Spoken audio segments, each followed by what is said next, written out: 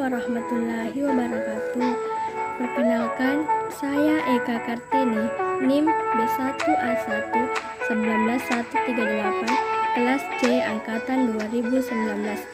Program Studi Farmasi Universitas Megareski Makassar. Baiklah, saya akan mempresentasikan materi kimia organik tentang karbohidrat. Sebelum itu kita harus mengetahui apa itu karbohidrat. Karbohidrat yaitu senyawa organik yang mengandung atom karbon, hidrogen, dan oksigen. Dan pada umumnya, unsur hidrogen dan oksigen dalam komposisi menghasilkan H2O dengan rumus umum CnH2ON.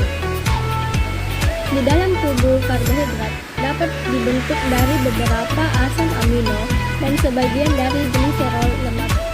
Akan tetapi, sebagian besar karbohidrat diperoleh dari bahan makanan yang dikonsumsi sehari-hari, terutama sumber bahan makanan yang berasal dari tumbuh-tumbuhan.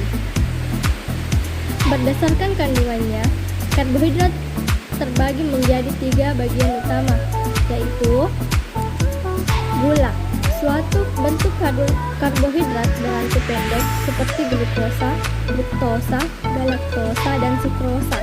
Adapun yang kedua yaitu pati, bentuk karbohidrat rantai panjang yang akan dipecah menjadi glukosa dalam sistem pencernaan. Yang ketiga yaitu serat. Karbohidrat yang telah diproses menjadi serat akan dimanfaatkan oleh bakteri baik dalam sistem pencernaan. Karbohidrat mempunyai 2 gugus fungsi yang penting. Yang pertama yaitu gugus hidroksil dan yang kedua yaitu gugus keton atau aldehid. Nama karbohidrat diambil dari rumus empiris yang menunjukkan senyawa tersebut merupakan karbon dan hidrat atau C ditambah H2O. Adapun rumus kimia empiris karbohidrat yaitu CH2O atau CnH2O. Materi selanjutnya yaitu klasifikasi karbohidrat. Terdapat 7 golongan karbohidrat. Yang pertama yaitu monosakarida, yang kedua disakarida, dan yang ketiga yaitu polisakarida. Monosakarida yaitu karbohidrat yang paling sederhana dan tidak dapat diuraikan dengan cara hidrolisis menjadi molekul karbohidrat yang lebih kecil atau karbohidrat lainnya. Yang kedua yaitu ada beberapa macam monosakarida yang penting, diantaranya adalah glukosa, fruktosa, galaktosa, dan yaitu pentosa. Yang kedua yaitu disakarida. Disakarida merupakan senyawa karbohidrat yang terbentuk ketika dua monosakarida mengalami reaksi kondensasi yang melibatkan terlepasnya suatu molekul kecil seperti air dari bagian gugus fungsi saja. Seperti monosakarida, disakarida membentuk daratan dalam air. 3 senyawa disakarida paling umum diantaranya sukrosa, laktosa, dan maltosa. Selanjutnya yaitu polisakarida. Polisakarida adalah polimer yang tersusun dari ratusan hingga ribuan satuan monosakarida yang dihubungkan dengan ikatan glikosidik. Polisakarida adalah karbohidrat sehingga tersusun hanya dari atom karbon, hidrogen, dan oksigen. Contoh polisakarida adalah pati, glikogen, agrosa, dan selulosa. Polisis. 3 jalur pusat metabolisme karbohidrat pada bakteri ialah glikolisis, jalur pentosa fosfat, dan jalur Eckert-Dawdroff. Untuk kebanyakan sel-sel, jalur terbesar dalam katabolisme glukosa adalah glikolisis. Pada jalur ini, molekul glukosa dirubah menjadi asam perumpat atau glikolisis, dan asam perumpat menjadi asam laktat atau fermentasi asam laktat tanpa pemasukan molekul oksigen. Adapun tahapan glikolisis, tahap pertama yaitu konversi glukosa ke gliseraldehid 3PO4 terjadi sebagai berikut. Glukosa ditambah ATP yang menghasilkan glukosa 6PO4 ditambah ADP. Yang kedua yaitu glukosa 6PO4 menjadi fruktosa 6PO4, dan fruktosa 6PO4 ditambah ATP yang menghasilkan fruktosa 1,6 BiPO4 tambah ADP. Dan selanjutnya yaitu fruktosa 1,6 BiPO4 menjadi gliseraldehid 3PO4 ditambah dihidroksiaseton PO4.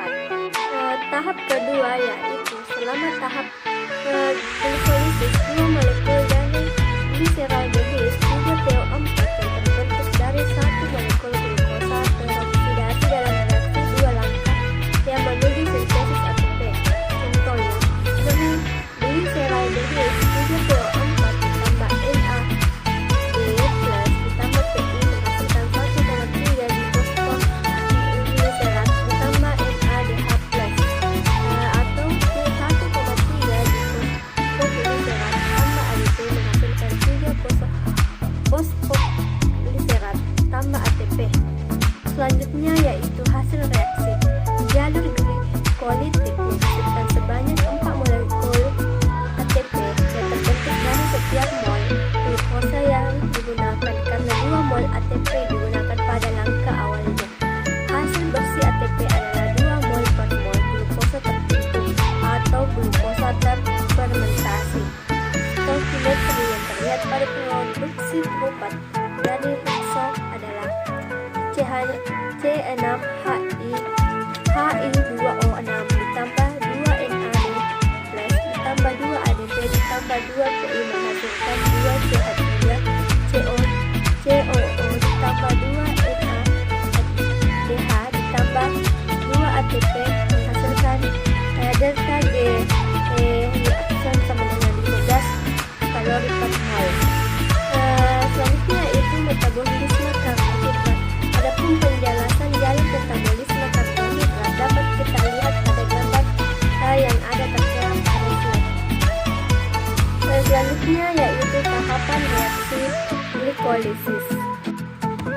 Tahap pertama yaitu tahapan fosforilasi glukosa menghasilkan gula fosfat. Proses ini membutuhkan energi atau mengonsumsi energi berupa 1 ATP. Adapun tahap kedua yaitu di dalam larutan terjadi perubahan reversibel antara bentuk cincin tertutup glukosa dengan bentuk cincin terbuka. Adapun tahap yang ketiga yaitu terjadi penambahan gugus fosfat atau fosforilasi. Gugus fosfat ditambahkan di gugus hidroksil pada karbon posisi 1. Tahap keempat yaitu pembalahan molekul gula 6 karbon atau fruktosa 1,6 fosfat menjadi 2 molekul gula dengan 3 atom karbon gliseraldehid 3 fosfat dan dihidroksiaseton fosfat. Hanya gliseraldehid 3 fosfat saja yang dapat meneruskan proses glikolisis. Tahap ke-6 yaitu seperti dijelaskan sebelumnya bahwa hanya gliseraldehid 3 fosfat saja yang dapat meneruskan proses glikolisis. Tahap kelima ada proses isomerisasi dihidroaseton fosfat menjadi gliseraldehid 3 fosfat. Tahap ke-6 yaitu pada tahap ke-6 gliseraldehid 3 fosfat akan dioksidasi menghasilkan 1,3 bisfosfoglycerat dan NADH. Tahap ke-7 yaitu molekul yang terbentuk berupa 1,3 bisfosfoglycerat merupakan molekul anhidrit dengan fosfat berenergi tinggi. Tahap ke-8 yaitu sisa molekul fosfat memiliki energi yang relatif lebih rendah. Pada tahap ke-8 ini fosfat sisa ini kemudian dipindahkan dari posisi atas karbon nomor 3 ke nomor 2 sehingga terbentuk 2 fosfoglycerat. Tahap ke-9 yaitu kembali dihasilkan molekul berenergi tinggi. Prosesnya adalah dengan menghilangkan molekul air atau reaksi kondensasi sehingga menghasilkan ikatan enol fosfat berenergi tinggi. Tahap ke-10 yaitu reaksi final, kembali menghasilkan ATP dan mentransferkan gugus fosfat ke molekul ADP. Pada proses ini juga menghasilkan produk akhir glikolisis berupa pirupal. Materi selanjutnya yaitu analisis kualitatif karbohidrat terbagi atas beberapa uji. Yang pertama yaitu uji molis, yaitu uji kimia kualitatif untuk mengetahui adanya karbohidrat. Sedangkan yang kedua yaitu Michel Ivanov, yaitu uji kimia untuk membedakan gula aldosa dan ketosa.